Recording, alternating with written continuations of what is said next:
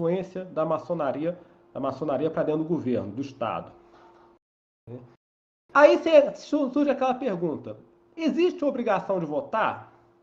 Nós temos obrigação de votar e podemos eventualmente boicotar as eleições? Tem uma locução do Papa Pio XII, proferida em 16 de março de 1946, que diz o seguinte, abre aspas, é um dever estrito de todos os que têm direito, homens e mulheres, de participar das eleições.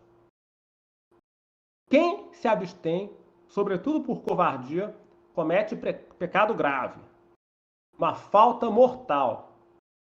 Cada um deve votar de acordo com os ditames da sua própria consciência.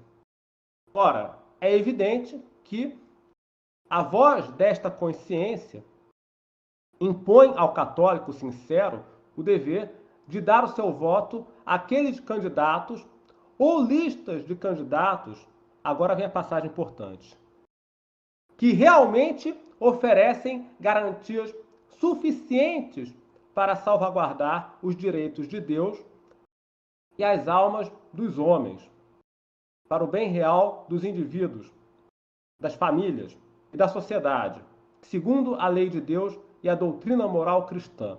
Fecha aspas. Então, mais uma vez, me corrijam os padres da tradição se eu estiver errado na minha interpretação. Dessa alocução de Pio XII, nós podemos extrair duas conclusões. Temos, sim, o dever de votar, mas não podemos votar em qualquer um. Temos que votar naqueles candidatos que, vou repetir, que, abre aspas, realmente oferecem garantias suficientes para salvaguardar os direitos de Deus e as almas dos homens, para o bem dos indivíduos, das famílias e da sociedade, segundo a lei de Deus e a doutrina moral cristã. Então, é em candidatos desse tipo que nós temos que votar. Desse tipo. E aí surge a pergunta: algum dos candidatos que estão no páreo hoje preenchem esse requisito? Algum candidato destes que disputam a presidência da República, algum deles oferece garantias suficientes para salvaguardar os direitos de Deus e as almas dos homens para o bem real dos indivíduos, da família e da sociedade? Essa é a pergunta que nós temos que fazer. E pelo que eu estudei nos programas dos candidatos e na história deles, nenhum deles preenche esse requisito. Nenhum deles oferece tais garantias. Eu vou mostrar para vocês. De modo que o voto nulo, em tais circunstâncias, me parece lícito. Só para você ter uma ideia, Pedro, os principais candidatos estão à frente, eu já vou adiantar, os principais candidatos estão à frente nas pesquisas, o Lula, Bolsonaro, Ciro Gomes, e aquele outro lá, o Dávila, do Partido Novo, todos citam como referência a Agenda 2030 da ONU, no programa, por escrito. Vocês estão entendendo? Isso é público. Agora, se eles tiveram coragem de botar isso nos seus programas de governo, imagina aquilo que eles não tiveram coragem de botar nos programas, mas cogitam fazer.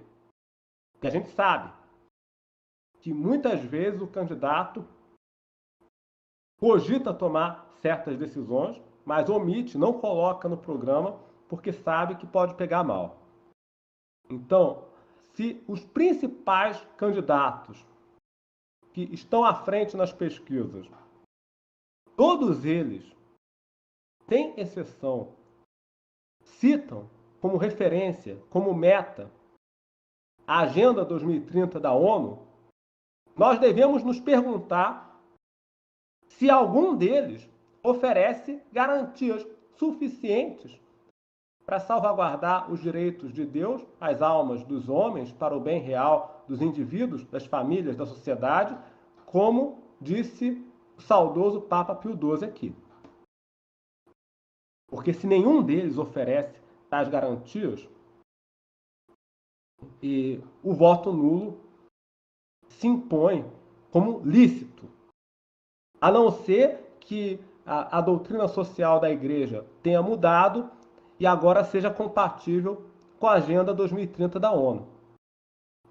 Me corrijam aí, por favor, se eu estiver errado. Aliás, o programa é um show de horrores, viu, pessoal? Eu me dei ao trabalho de ler tudinho e também, obviamente, fazer aquele levantamento de dados a respeito de candidatos e cujo passado não é muito claro, às vezes, né, que a gente não conhece muito bem. Um show de horrores.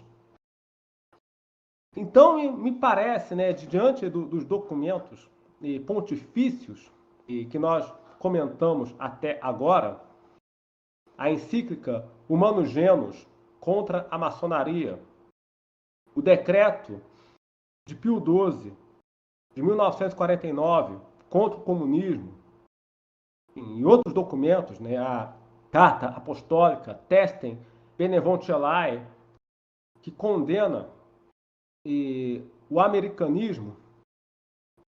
Vou ler aqui